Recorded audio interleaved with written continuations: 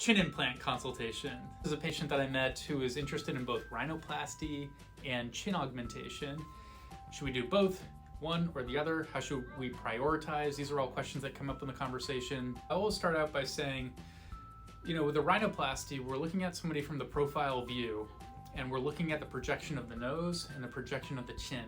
We can certainly see that the chin is lacking or deficient in projection, something we could call microgenia. This is a pretty mild version of that, but it's there.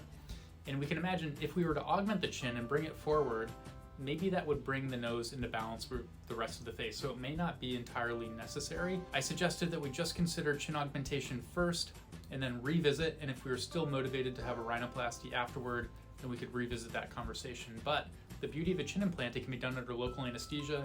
It's simple, it's relatively easy, and the results are also quick to appreciate. Go to the after photos, we can see that on profile now, the upper, middle, and lower third of her face are in balance. So we have even projection of the glabella, the mid-face, and the chin.